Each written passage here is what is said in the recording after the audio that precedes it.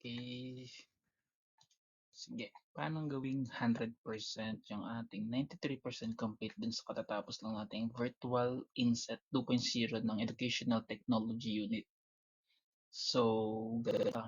So, i-click lang natin muna si Virtual Inset natin and alam naman natin na siya ay 100% na from day 1 to day 5 kasama yung ating Certificate of Recognition. So, ito naman nakikita niyo naman na 100% na. So, ang gagawin lang natin is pupunta lang kayo kay day 4. Bakit kay day 4? Kasi na kay day 4 yung sekreto ko para maging 100% tayo kay Vincent 2.0. So, check natin to. Kung naalala nyo itong ating afternoon session na please choose one from the two concurrent session of the day 4's afternoon program. So, di ba namili tayo ng isa doon? So, i-re-attempt lang natin. Yung nakaraan, pinili ko itong basic motion graphics. So, ngayon, pipiliin ko itong photo editing. Then, i-finish na natin. So, pag na-finish na natin yon, magiging clickable na o sasagutan na uli natin. Huwag nyo kalimutan i-submit all and finish muna siya. Then, check natin mamaya. So, makikita natin sa day 4, clickable na yung ating hintayin lang natin. Ayan. Ito. I-re-attempt lang natin yung ating quiz. And then, after nun, makikita na natin na siya na ay okay na. So, saglit, tingnan lang natin. Sagutan ko lang muna siya, ha?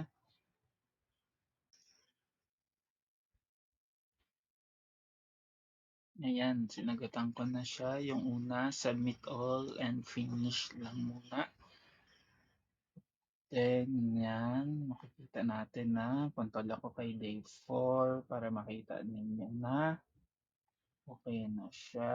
Then, next is ito namang sasagutan ulit natin. So, gagawin ulit natin is pupunta ulit tayo dun sa attempt quiz para masagutan natin. Sige, click ko na. Ayan, then submit all and finish ko na ulit siya. So, hindi ko na kukunin yung certificate kasi nakuha ko na yung nakaraan. Okay. Ayan. So, okay na. May check na yung afternoon session ko ulit. Then, puntahan ko muna si dashboard para makita ninyo na okay na ulit siya. So, eto na. 100% na yung ating Virtual In-Service Training 2.0. So, ganun lang siya kasimple. Okay, sana may natutunan at sana maka 100%